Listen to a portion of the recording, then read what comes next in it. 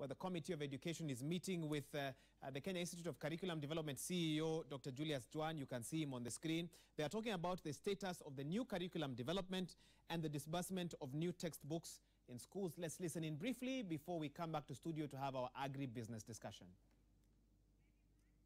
He has already developed what we call the assessment framework for the competence-based curriculum. As KICD, we are currently engaged in developing the curriculum for pre-service teachers, primary, and as you are aware, this is being upgraded from certificate to diploma, and the teachers will take a little longer in the training so that some of the outcry that we have outside there can go down. But we are also developing the designs for grade 4 to 6, what we call the upper primary. This is how we plan to roll the curriculum out, so that next year, if things go well, we can go up to grade 4, and each year we'll only be taking one class at a time. As I said, this is a demanding process and we can't hurry it. We'll only be taking one class at a time.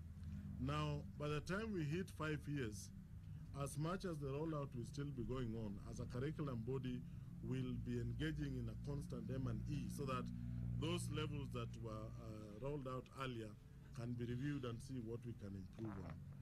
So you can see the rollout will go up to 2026. A long time, but that is the best that we could do in terms of time.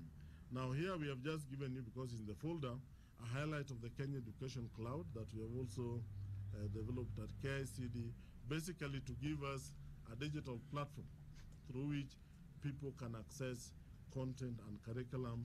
The pictures we have there simply show that once you're fully operational, you can access this content through any device, whether you have a laptop, whether you have your phone, etc., etc. We are also trying just to drag on and follow where the other countries have gone to.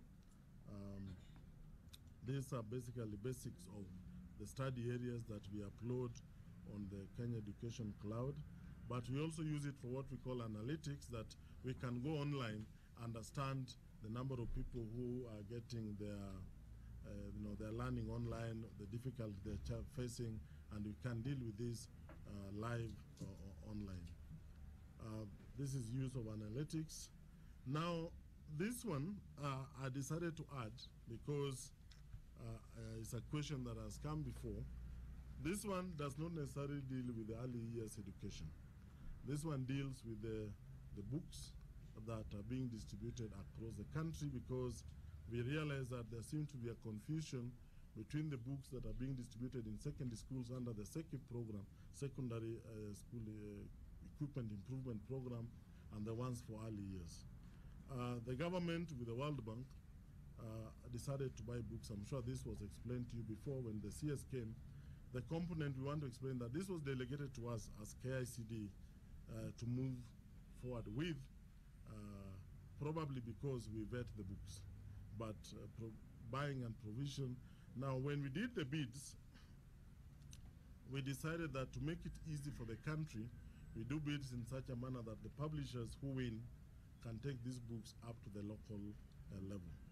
Because I know people have asked us, how did you come to the 13 billion that you're saving for the country? Now, we took the 6 books that are approved in the Orange Book.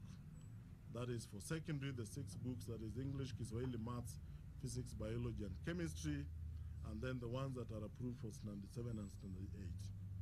Now, we told the publishers to give us their lowest quoted price for each of those books if the government is buying in bulk up to the local level.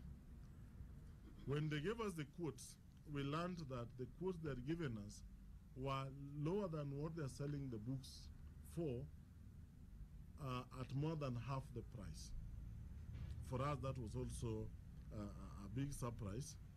And then we took this against, because this money is normally sent to schools.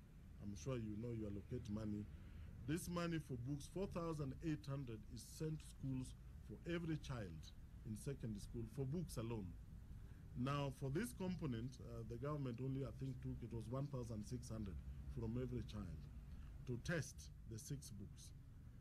Now, when you take those 6 books in secondary and you multiply by the number of learners in Form 1 to Form 4 for those 6 books, what the schools were going to buy the books for, and the quotes that have been given to us by the same publishers, then that is how we came to these figures at every level. Now, when we calculated the price they've given us up to the local level to what they were going to be sold when schools are buying directly, that is the variation that you have there. That currently, the books would have cost, they would have used 21.3 billion. When you send that money to schools, we are now buying them at 7.5. And it's the publishers who quoted this. We didn't come up with this on our own. And then the variance came to the 13.8 billion. So that is how that money, came to be. But remember that about 3,200 of that book money was still sent to schools to buy books. For primary, you can see it was only touched for Standard 7 and Standard 8. The money that you normally allocate for schools to buy books in primary is still there. And therefore... All right, we interrupt that discussion on the status of the new curriculum development and the disbursement of new textbooks in school. That is happening at Continental House, where the Committee of Education is meeting with the Kenya Institute of Curriculum Development. At the moment, their CEO, Dr. Julius Juan, was addressing that.